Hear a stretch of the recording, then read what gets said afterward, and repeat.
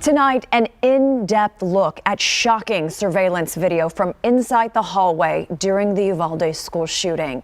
It shows how quickly the gunman got into the classroom and how responding officers just waited and waited as children begged for help. Good evening and thanks for joining us. I'm Isis Romero. The video was obtained by our sister station KView, and we want to warn you, it is very disturbing. But we have decided to share portions with you as we work to learn more about what really happened inside Robb Elementary. We will not play the audio of the gunshots or show anyone being hurt, but what we do show is still very difficult to watch.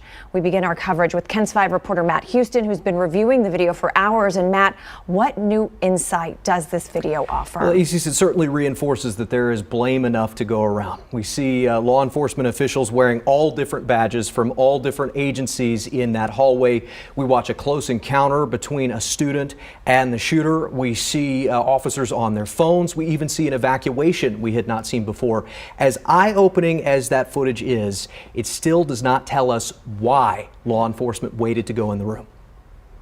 The video begins across the street from Robb at a funeral home, moments before the shooter crashes a truck.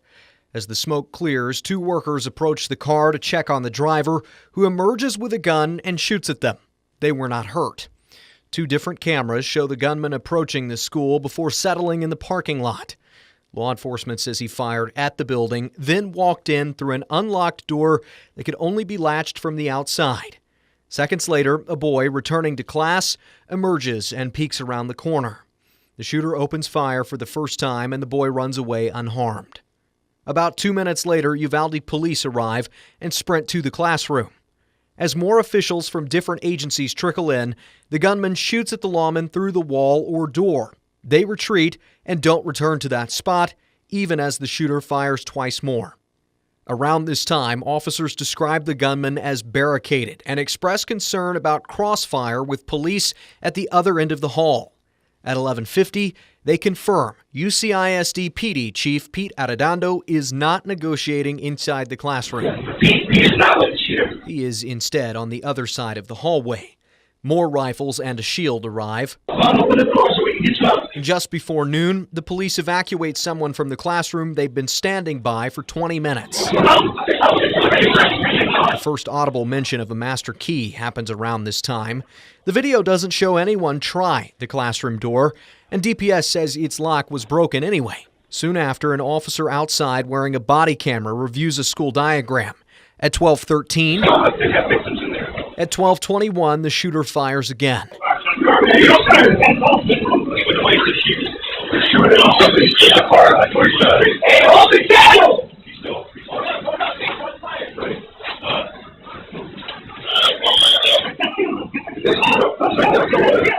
Seconds later, a small army of well-armed and well-protected lawmen, some wearing gas masks, move toward the classroom. More officers suggest letting teams outside know something's about to happen. They're making entry. But that wouldn't happen for another 30 minutes. Instead, officers lingered, mostly holding their positions until 12:50. The video largely confirms what we have already told you about May 24th's events. It's part of a larger cache of information the FBI, lawmakers, the local DA, and the DOJ are reviewing. We expect more of that info will trickle out in the coming days. I'm Matt Houston, KENS 5. Thank you, Matt. Well,